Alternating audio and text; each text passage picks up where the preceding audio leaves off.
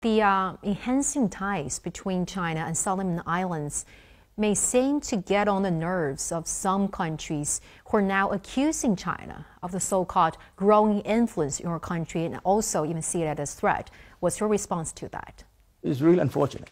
I think this is driven by, countries that have serious concern about what they term the expansion of Chinese influence in the world. What's wrong about that? What's wrong about that? Your president makes it very clear, no country is too small. You never come too late. We come after 36 years.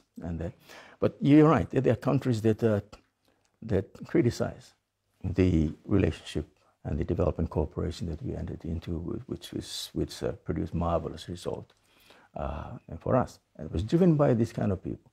People are concerned about the so-called, the influence of China.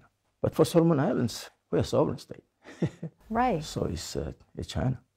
And who we enter in diplomatic relations with, who we have development cooperation with, is none of anyone's business. And so far, all those big fears of debt trap and undermining the values of democracies are basically nonsense. It is just made up, excuses, because they fear that they are losing grip of small island states. And for Solomon Islands, for example, we have been with these people for more than 45 years yesterday, the day before. If we remain like that forever, we will probably remain like that for the next 45 years.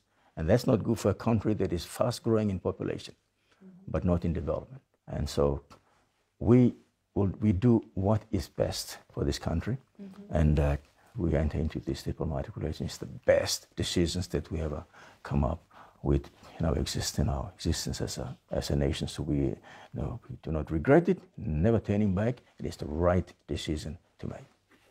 Just now you called the diplomatic relations forged between China was one of the best options made by your government.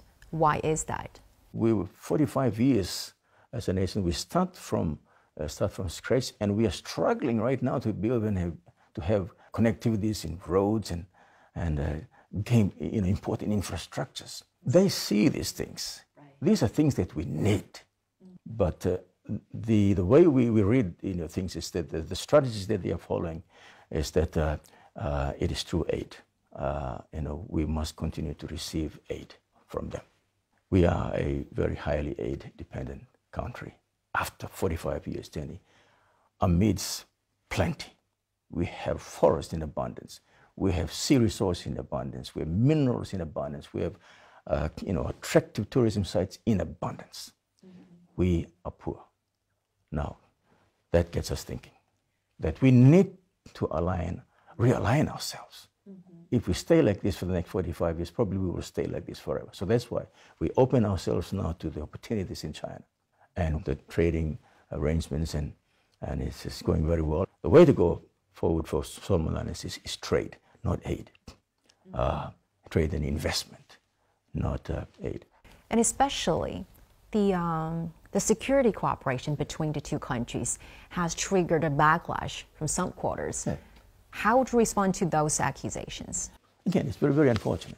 What I, really find it very difficult to understand, with all due respect to some of these great powers, that when they do it, it's good. And so they seem to be this thinking that, no, you must not have security arrangements with any other country. You must not do that. We find it very difficult.